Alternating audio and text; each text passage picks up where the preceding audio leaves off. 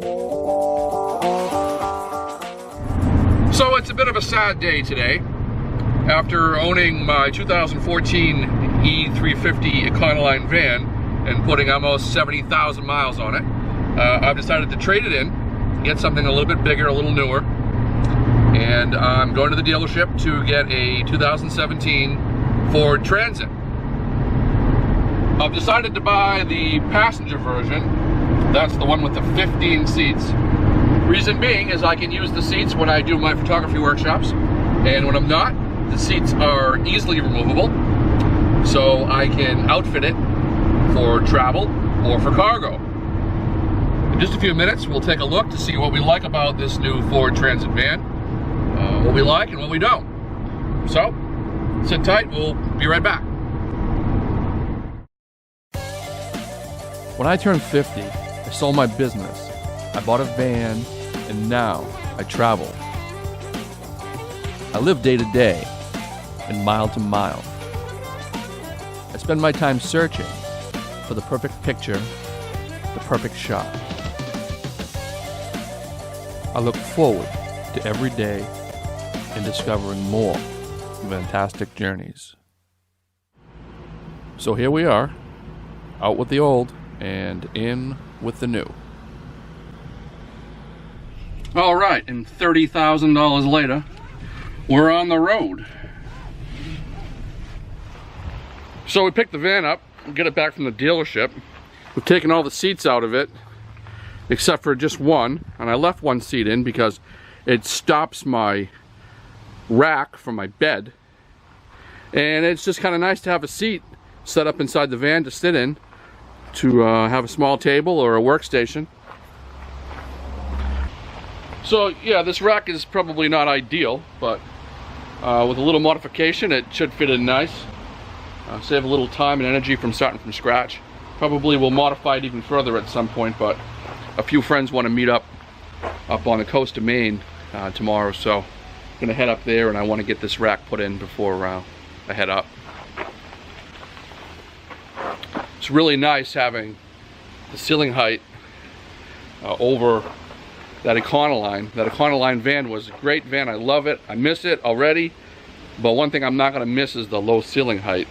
This is definitely better. You can actually change your clothes now in the van without having to kneel or walk around on your knees. That gets old real fast.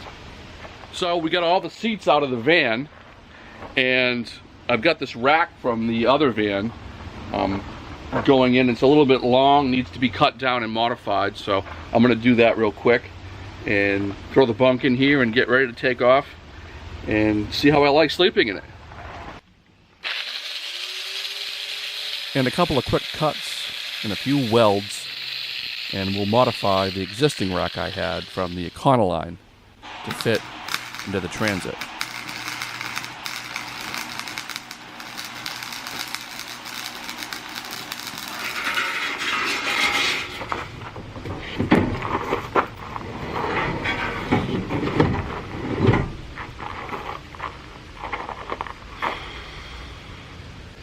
Couple things I really like about this van is the high ceiling height.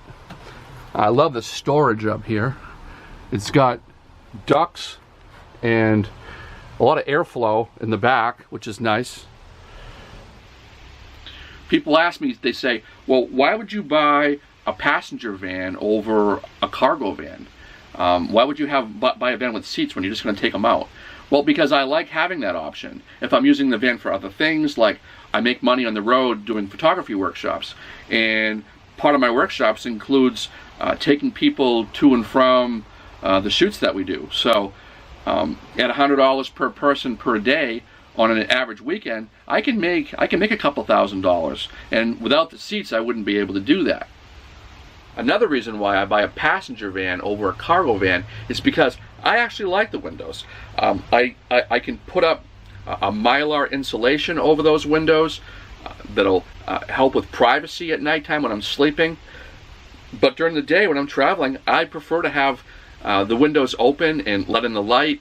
It's a less claustrophobic sort of feeling when you're staying in a van for any long period of time. And it's just, that's my choice. So I got the bunk in, the frame, and the pine board decking. I've got some foam and futon mattress. Some of the other things I would typically bring with me other than my photography equipment would be a cooler, or if I'm traveling for a long time, I would bring a small college size refrigerator. I haven't put my secondary battery in yet to run my power inverter. Typically what I'll do is I'll install it to run right off of the alternator of the van. So during the day when I'm driving, even if I'm driving just a little bit, it'll put a fresh charge into the battery. And then I have an isolator. There's two kinds of isolators. There's an isolator that actually will turn on and off automatically, or a manual one. I actually prefer a manual one myself, but everybody's different. Some of the things that I'll run on my secondary battery would be my chargers for my phones and my camera equipment. I would run a small laptop or a small refrigerator, like I said. Those are all things that don't draw too much power, and you can get by with the secondary battery. I can usually get a day or two, sometimes even 3 if I'm not drawing too much power off of it before I have to recharge it. A lot of people now are putting solar panels on their van. I don't choose to do that. I have nothing against it, and I think it's a great idea. I typically spend a lot of time actually driving, so I don't have to worry too much about generating my own power. But if I were staying put for 3, 4, 5, 6 days at a time, I think I would probably have solar. In the event that I were doing that, I actually think myself I'd probably be pulling a cargo trailer as well, and I would put my shower and my bathroom in my cargo trailer, as well as my solar power and my generator, if I wanted to have a generator. People say, well, why don't you just buy an RV? Well, I don't want to buy an RV. I like the fact of being able to use this vehicle for multiple purposes and not just have to use it as an RV. I also like the fact that if I'm driving in a van, I'm a lot more stealth, and not many people will actually know that I'm sleeping or I'm staying in this van. There's a lot of reasons.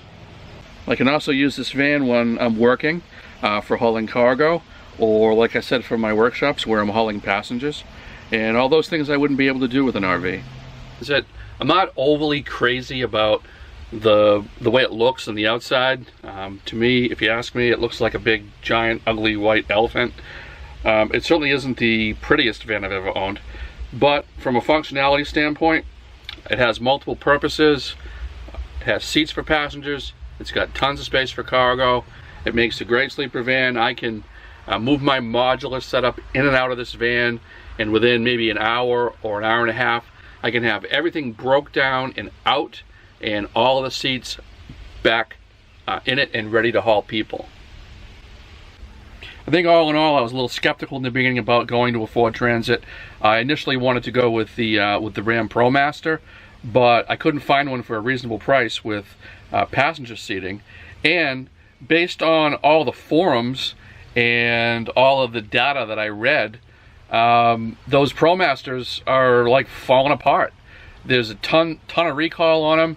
They're not going high miles without a lot of maintenance. They're leaking, the transmission problems, they're underpowered. Multiple issues I've read from a lot of the Expediter forums and from the forums that the service guys use them for working out in the field. So the Transit that I chose came with a 3.7 liter V6, 6-speed automatic transmission, rear-wheel drive, and the engine puts out somewhere around 270 horsepower and 250 to 260 foot-pounds of torque. So in closing, my overall assessment of the Ford Transit for traveling, work, or play is an A. Not an A+, but pretty damn close.